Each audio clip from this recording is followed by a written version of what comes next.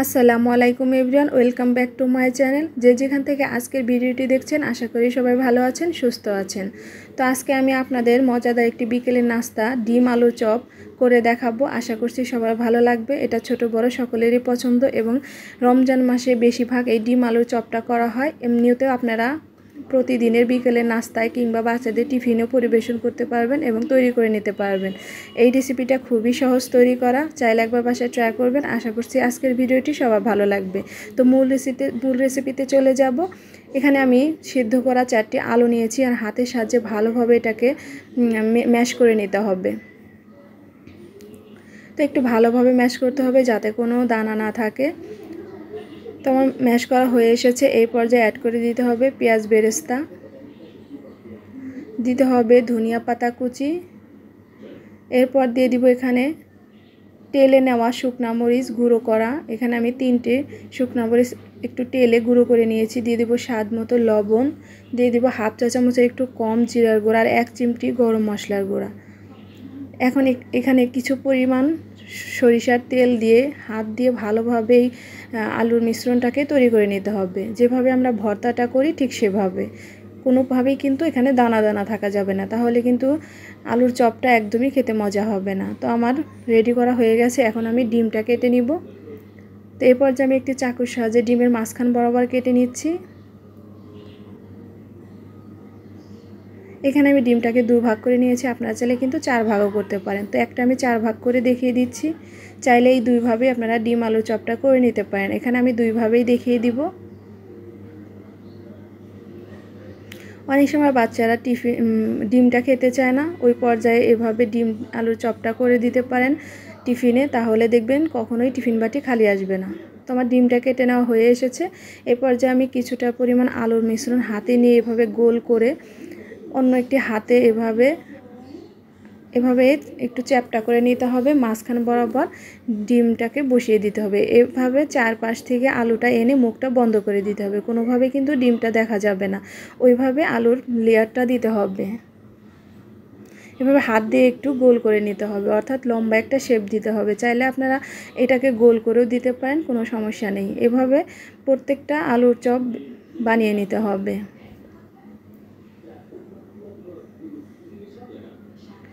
আসলে এটা বাচ্চাদের ডিমটা খাওয়া হয়ে গেল এবং আলুটাও খাওয়া হয়ে গেল। একটা সুন্দর মজাদার বিকেলের নাস্তা, চাইলে একবার ট্রাই করতে পারেন বাসায়।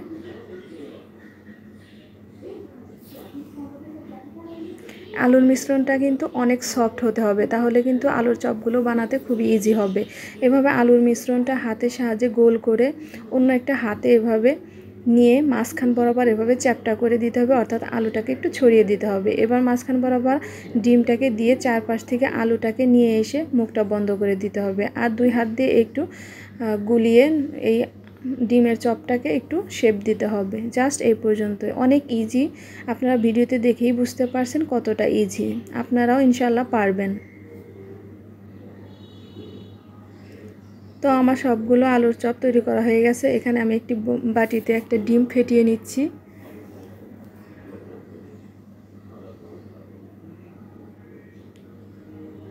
তো এখানে আমি কিছু ব্রেড গাম নিয়েছি, অর্থাৎ এখানে আমি কয়েক পিস রুটি একটু হালকা শেক দিয়ে ব্লেন্ডার করে ব্রেড গাম করে নিয়েছি। আপনারা চাইলে এখানে টোস্ট বিস্কিট গুঁড়ো করে নিতে পারেন, তাতেও হবে।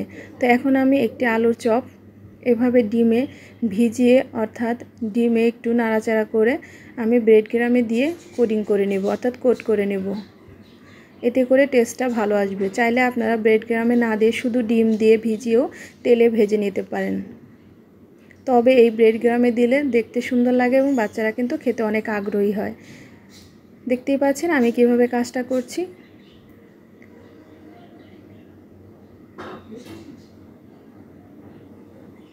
তো এইভাবে সবগুলো আলুর চপ কোট করে নিতে হবে।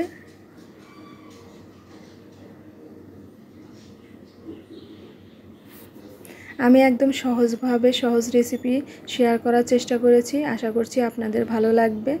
তো আমার ভিডিওটি ভালো লাগলে আমার চ্যানেলটি লাইক কমেন্ট শেয়ার করবেন, সাবস্ক্রাইব করবেন। তো আমার সবগুলি আলুর চপ এখানে তৈরি করা হয়ে এসেছে। এবার ভাজার পালা। তো আমি এখানে ফ্রাই প্যানে তেল দিয়েছি। তেলটা গরম হয়ে আসলে আমি আলুর চপগুলো দিয়ে দিব। একদম মিডিয়াম টু লো হিটে এই আলু চপগুলো ভেজে নিতে হবে।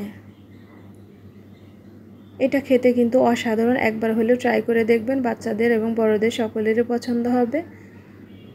একটি ঝটপট নাস্তা।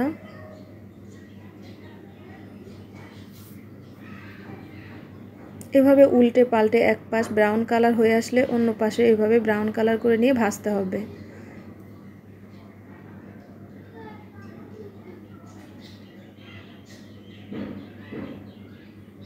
এ পর্যায়ে আমার কিন্তু ব্রাউন কালার চলে এসেছে আর ভাজাটা হয়ে এসেছে। এ পর্যায়ে আমি চুলা থেকে নামিয়ে নিব তেল ঝরিয়ে। দেখতেই পাচ্ছেন কতটা সুন্দর কালার চলে এসেছে। আশা করছি আপনারা এই রেসিপিটা ট্রাই করবেন। তো আজকের ভিডিওটি যদি ভালো লাগে আমার চ্যানেলটিকে অবশ্যই সাবস্ক্রাইব করে লাইক কমেন্ট শেয়ার করে দিবেন। এতে করে আমার চ্যানেলটি একদমই ভালো হবে আর আপনাদের ভিডিও দিতেও আমি উৎসাহ পাবো।